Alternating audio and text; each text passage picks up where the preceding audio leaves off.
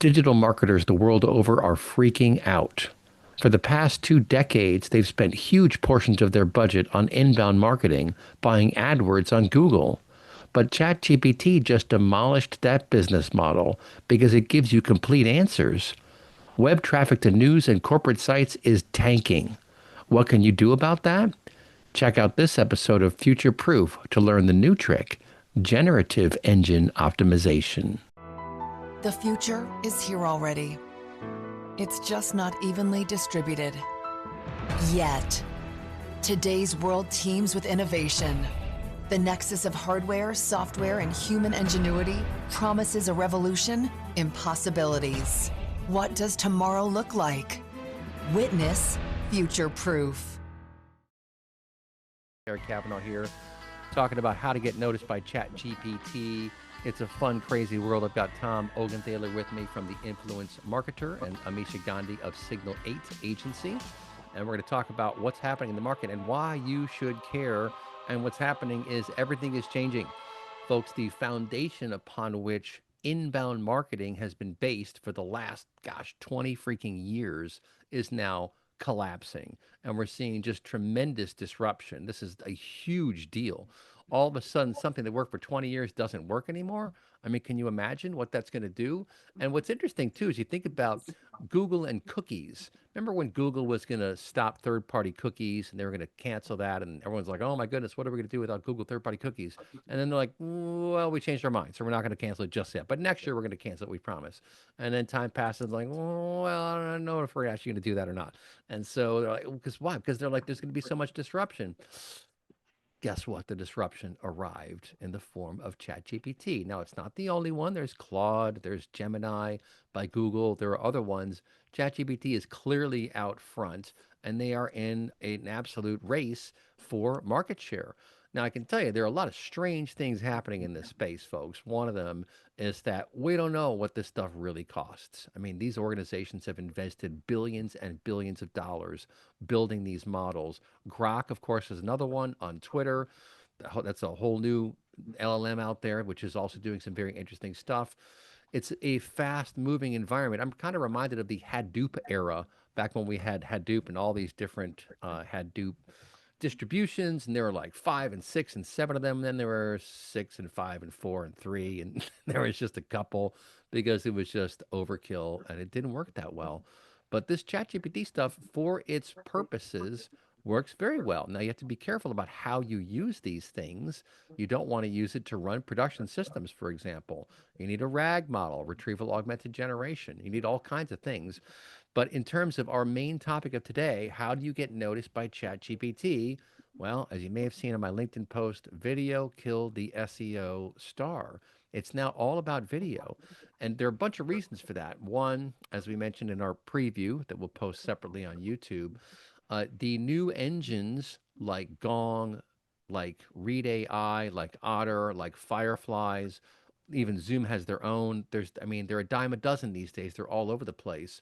They can track all sorts of new dimensions. They can track things like tone of voice, confidence level, engagement level, thoughtfulness of questions, clarity of answers. All these things can be modeled and measured now. And I promise you, they're being modeled and measured. And of course, YouTube also does captions automatically for most of its videos, maybe not all of them. But if you publish a video on YouTube, it's going to transcribe it and there are going to be the captions baked in. And then search engines can scan through those captions. So, how do you get noticed by ChatGPT? Well, long story short, first thing you got to do is think about what do you want to be aligned with in terms of prompts? Which kinds of prompts? What are the prompts people are typing in that are most likely being typed in that you want to align yourself with? So if you're an enterprise software firm that does analytics, obviously it's how do I get good analytics at an affordable price? You'll come up with any number of companies in that space. Then the other thing you do is write articles along the same theme. You have to be somewhat controlled about your messaging. Take that same thing, write about it in LinkedIn, write about it on Reddit, write about it on Medium, write about it on Forbes. Ideally, get different voices too, not just one voice. You want multiple voices in multiple places, because what ChatGPT is doing is it's trying to triangulate the truth. It does a web search first. It reaches out all over the place, finds 5, 10 articles maybe that look like they make sense, look like they're relevant, pulls all that into a cache, and then from that cache, it writes its summary that you then read, and it gives you the citations of where to look. So that's what you want to do. Now, it sounds easy, but you need to focus on trusted channels because, as I mentioned again in our preview, I promise you, OpenAI, Google, Perplexity, all these guys, Anthropic, they are building out their own reference architecture to know which sources are where for which topics. There's a semantic layer. I guarantee that's true. And then there's a layer, a reference architecture of actual channels, of websites, of of people on websites. So if you have a YouTube channel with lots of videos, that's good. If you have a LinkedIn page with lots of articles over many years, that's also very good. These are trusted channels. Leverage those channels, get your message straight, and then begin the process. And I'll also tell you, it's all ephemeral. This stuff does not last. So you have to keep going. You have to find your vein and just keep mining that vein, keep focusing on that vein, and keep pushing forward. And with that, I'll bring in the influence marketer, Tom Ogenthaler. Welcome back to DM Radio. What are your thoughts about the tumult we're experiencing right now?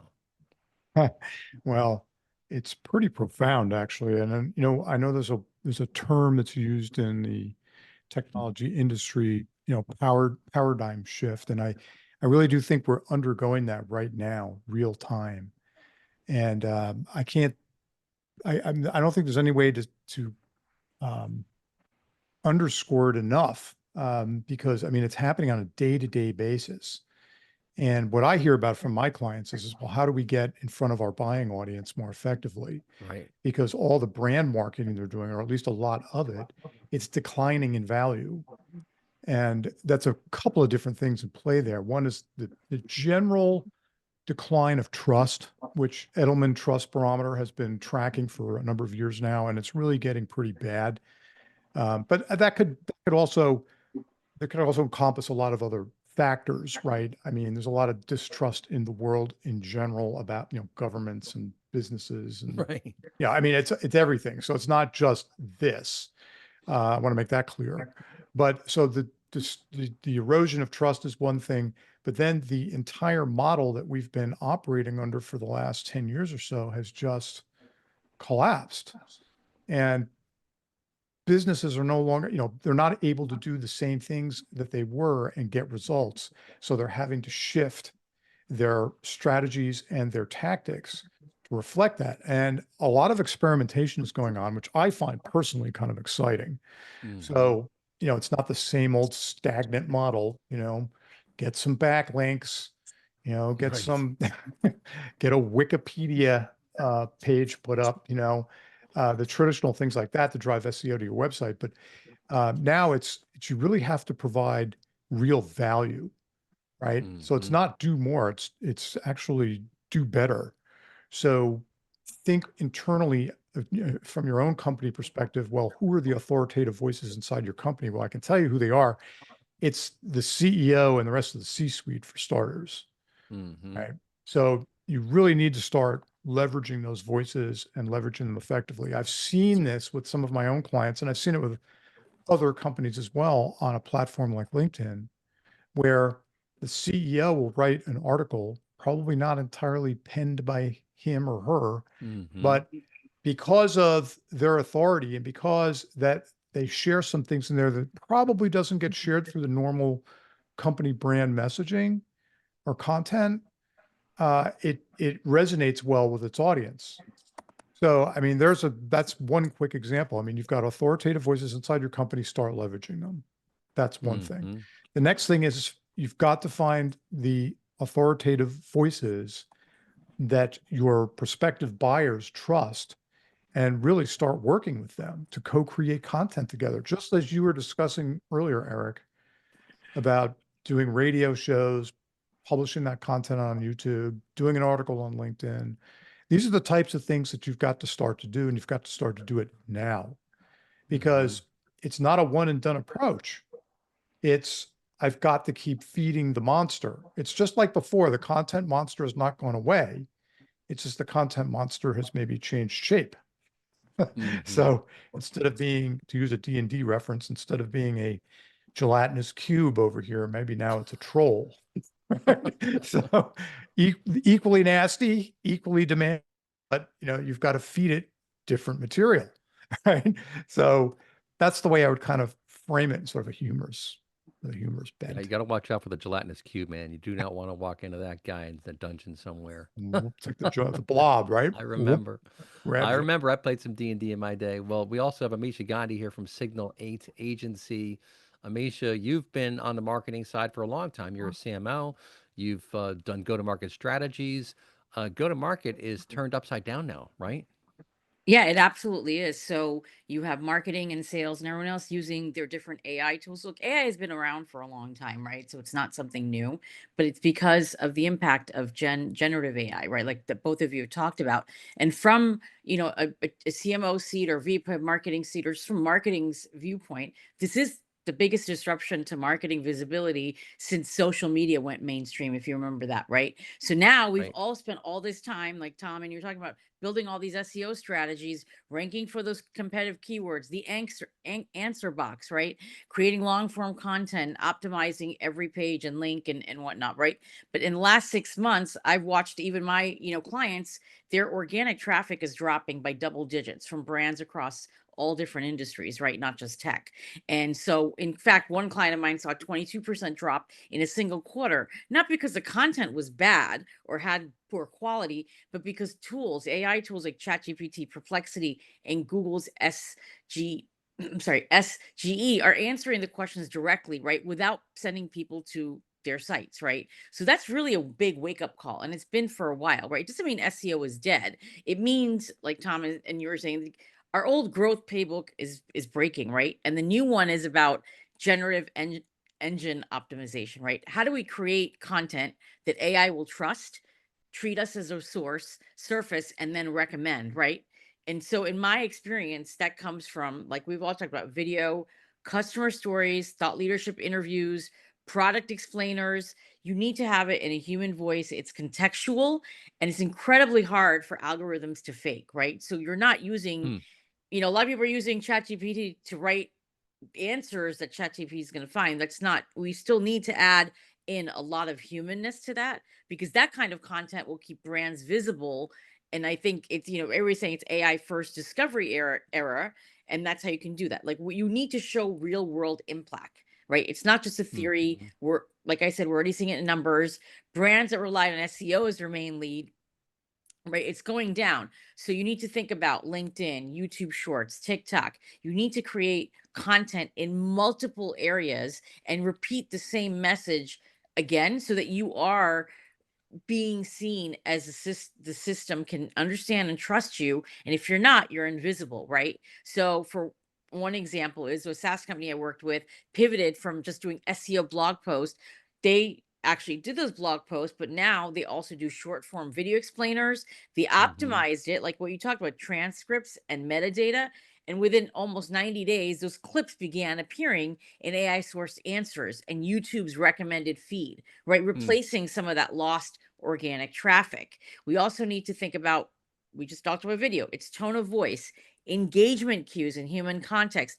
That is all those things that AI is going to take into context. It's more multidimensional in a way that text can't touch, right? So while the algorithms were just looking at the text, your AI is looking at all of these things, right? And so it gives you, if you're doing an authentic way, a real way for AI to read the delivery for authenticity and authority, right? So, for example, we're seeing videos featuring credible experts or influencers are driving 3x higher discovery rates on LinkedIn compared to static posts with the same message, right? So, Mm. that's, those are some of the things that I'm thinking about, and clients are thinking about too. But it's just priorities are shifting for CMOs and for marketing, right? So you need to take some of your budget from pure SEO into content that's just designed for AI discovery, right? Now you need to bake in authority signals, right? So bring in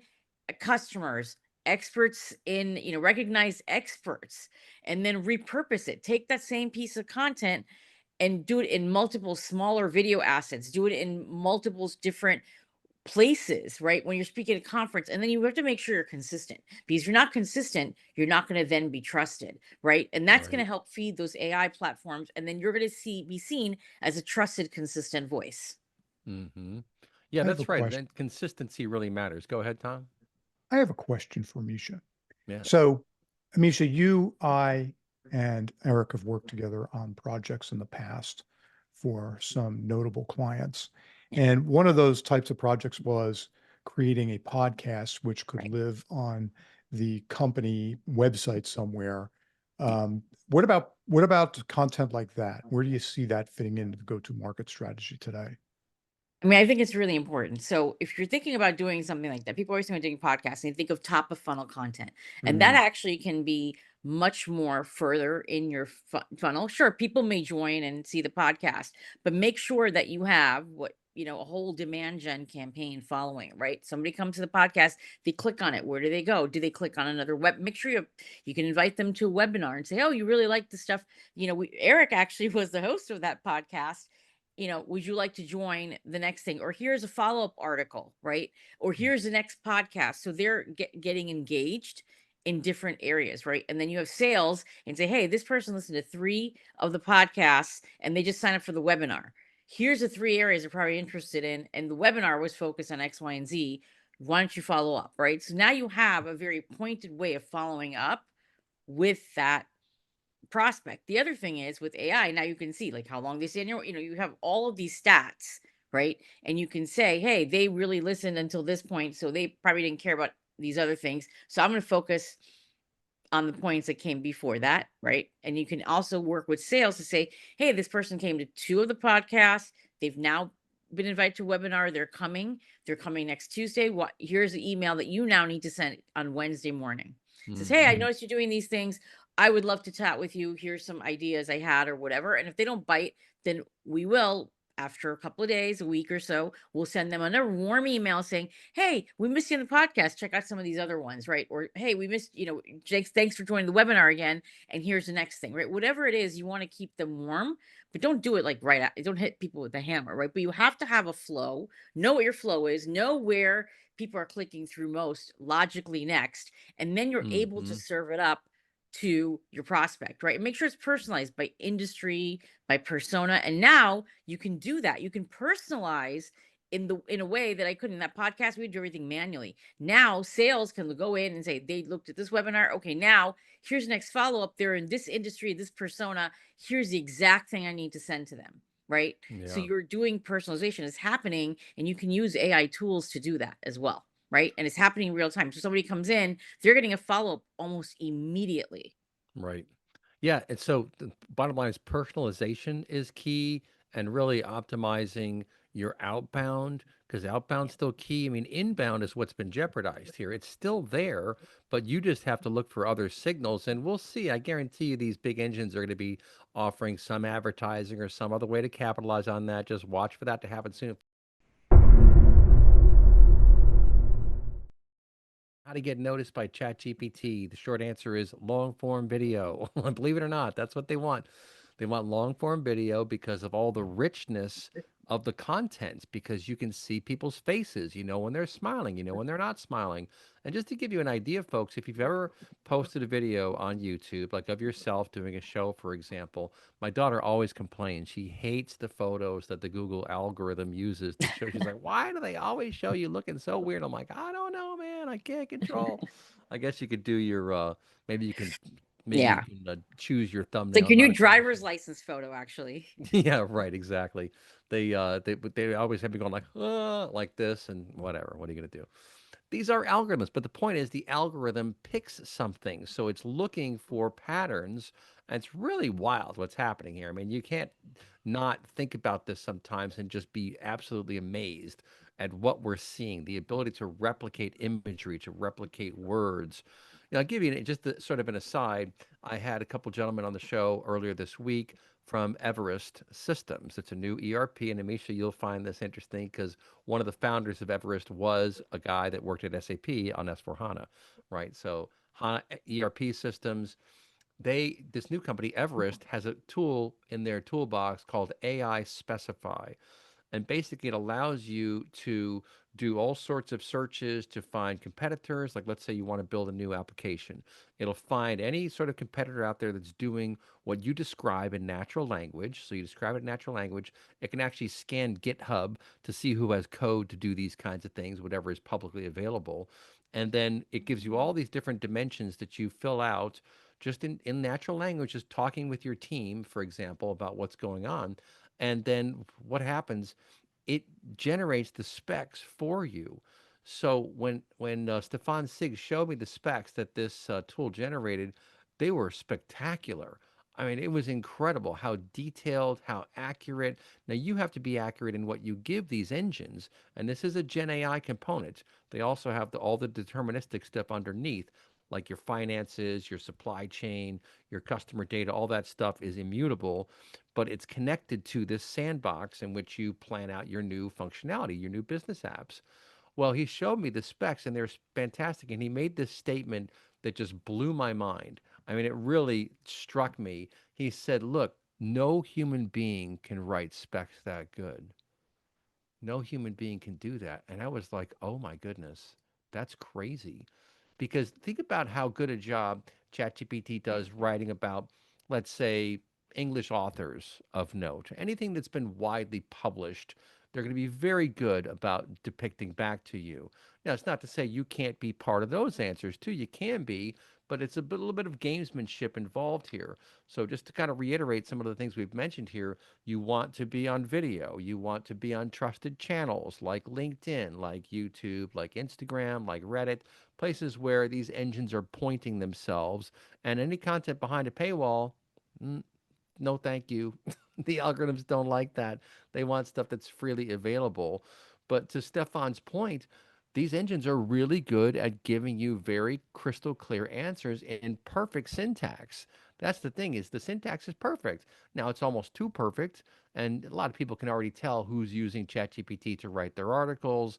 There is something to be said for the snake that's eating itself. We have to watch out for that because it is kind of a problem. You're just going to be repeating yourself and repeating the same kind of content. I mean, Tom, I'll bring you in. I was actually a little bit concerned when I watched Google starting to finish your sentences for you, because I thought to myself, yeah, I think I know what's going to happen here is it's going to start shepherding the kinds of questions that people ask and the way they answer questions, right? It's just going to become very formulaic, and there's a lot of richness is going to be lost in all that. But what do you think about that, Tom? Yeah, I think so. I mean, there's a real risk to all of this stuff, to losing the sort of human touch, if you want to call it that. Yeah, right. Um, but at the same time, if you're ahead of it and you know that that can be a problem, you can certainly mitigate it.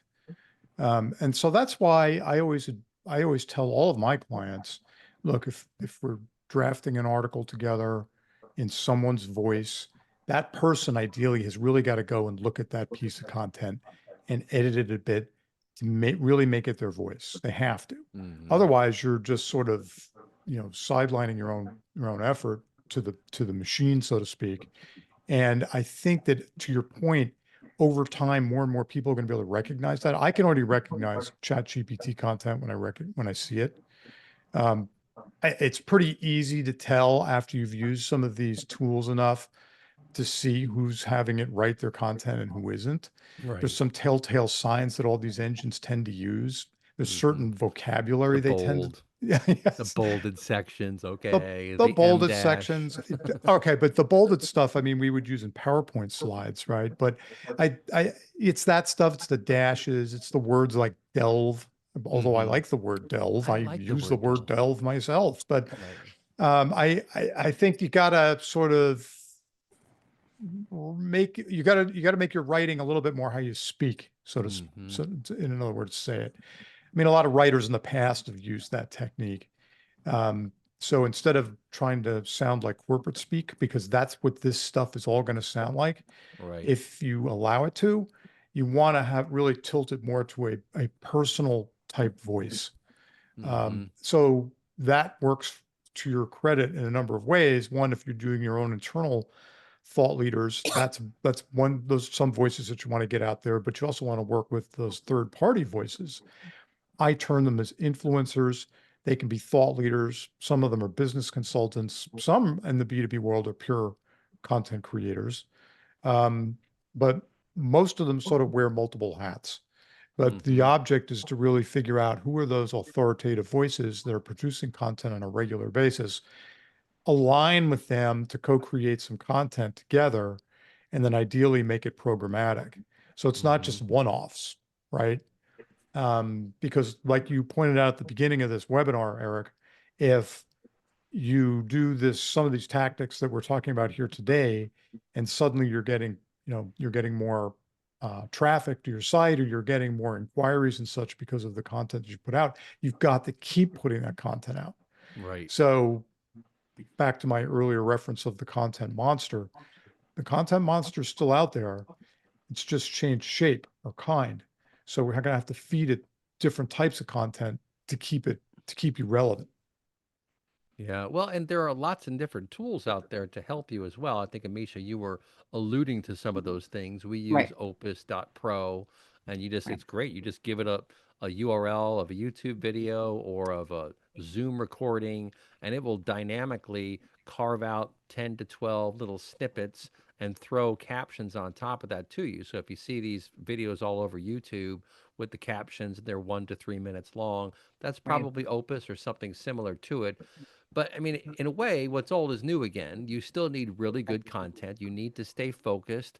And I think that focus is probably more important now than it has been, because you need to pollinate enough of the environments out there with your message to get those signals for your site, to get you and your content noticed by these engines. It does take some effort, but if you're focused and consistent, you're going to do a good job, right, Amisha? Yeah, I totally think you're absolutely right. And to build on what you both have said, AI can draft it, but only you can make it worth reading, right? Right. Only you can make it authentic. Only you can publish what your brand would say. And I think, it's really important to keep in mind that, people are, putting things in ChatGPT and then it's getting fed to another AI is not going to pick up the other AI, right? Like some people are putting into one GPT and then put into another, and then you're ending up with things that are coming out like gobbledygook, honestly, right? So there are things that you can do, right? There are tools out there you can use, but AI is like kind of your outline. It's like your assistant. So when I use ChatGPT or Gemini or Canva, I treat it it's like somebody on my team. And I'm actually Mhm. training that person how to speak in brand and how to do things, right? But it's only going to give me, like, no one will ever have a first bad draft again, let's say, right? But I think, some things that you can do to use Gen AI without losing, authenticity. You think about research and intelligence gathering, right? Something to build on top. Like you can have your GPTs scan multiple sources and summarize trends and competitor positioning and emerging keywords. You can get all this information, right?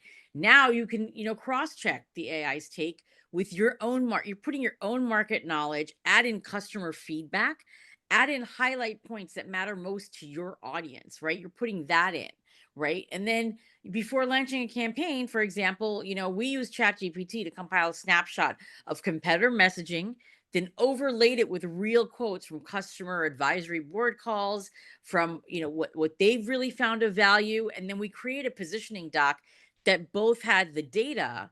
It was market grounded, but we were able to counter kind of like the competitor messaging, right? So it became a much Mm. richer piece of content. And as you can see, yeah, there's the chat GPT content was in there, weaved in there, but it was really us like bringing it to that next level, right? Because that research intelligence gather is going to help you.